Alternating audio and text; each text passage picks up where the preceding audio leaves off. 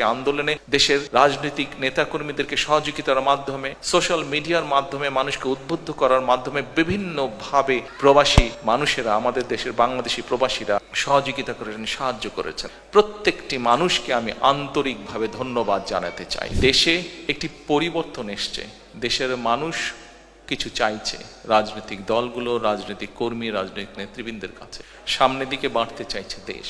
এখানে আপনারা যারা আছেন, প্রায় অধিকাংশ মানুষই রাজনীতির সাথে জড়িত আছেন। আমরা যারা রাজনীতি করি, আমরা রাজনীতি করি দেশের মানুষের জন্য, দেশের মানুষের পাশে দাঁড়ানোর জন্য। আমি সকলকে অনুরোধ করব যে আসুন, আমাদের যেই সুযোগটি এসছে দেশের মানুষের পাশে দাঁড়ানোর জন্য, আমাদের যেই সুযোগটি এসছে দেশকে সামনে এগিয়ে নিয়ে যাবার জন্য, আমরা সেই সুযোগটিকে কাজে লাগাই। আমরা আমাদের কাঙ্ক্ষিত, শহীদদের কাঙ্ক্ষিত যে বাংলাদেশ, যে বাংলাদেশের জন্য তারা নিজের প্রাণকে উৎসর্গ করেছেন, সেই বাংলাদেশকে যাতে আমরা ধীরে ধীরে গড়ে তুলতে পারি। যে একটি বিপ্লবের মাধ্যমে, যে একটি রক্তক্ষয়ী আন্দোলনের মাধ্যমে দেশে এই পরিবর্তন এসছে, আমরা রাজনৈতিক দলের পক্ষ থেকে বিভিন্ন সময় এই আন্দোলনকে সফল করার জন্য দেশের প্রতিটি শ্রেণীর পেশা মানুষকে ধন্যবাদ জানিয়েছি। কারণ একজন রাজনৈতিক কর্মী হিসেবে আমি বিশ্বাস করি যে গত বছর 5ই আগস্ট যে বিজয় আমরা অর্জন করেছি, এই বিজয়টি কোনো একক কোনো সংগঠন বা কোনো দলের দ্বারা সম্ভব ছিল না।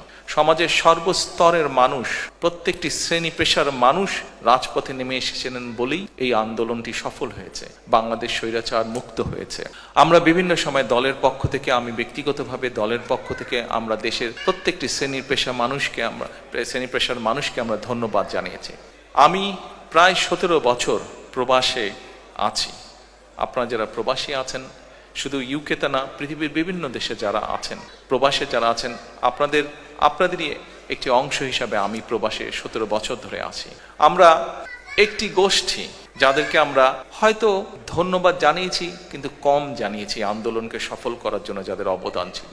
অর্থাৎ সম্মানিত উপস্থিতিবৃন্দ, আজকের এই অনুষ্ঠানের মাধ্যমে সারা বিশ্বে যত বাংলাদেশি প্রবাসী আছেন, যারা বিগত আন্দোলনের, স্বৈরাচারের বিরুদ্ধে যে আন্দোলন হয়েছে, সেই আন্দোলনে প্রবাসীদের বিপুল সংখ্যক মানুষ যার যার অবস্থান থেকে সেই আন্দোলনকে সফল করার জন্য বিভিন্নভাবে অবদান রেখেছেন। দেশের রাজনৈতিক নেতাকর্মীদেরকে সহযোগিতার মাধ্যমে, সোশ্যাল মিডিয়ার মাধ্যমে, মানুষকে উদ্বুদ্ধ করার মাধ্যমে বিভিন্নভাবে প্রবাসী মানুষেরা, আমাদের দেশের বাংলাদেশি প্রবাসীরা সহযোগিতা করেছেন, সাহায্য করেছেন।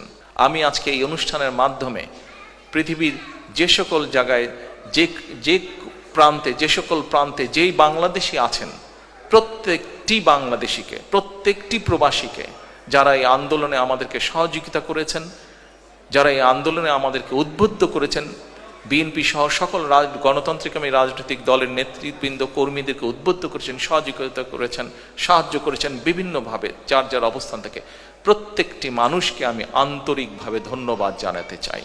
আন্তরিকভাবে প্রবাসীদেরকে আমি ধন্যবাদ জানাতে চাই দেশকে স্বৈরাচার মুক্ত করার জন্য।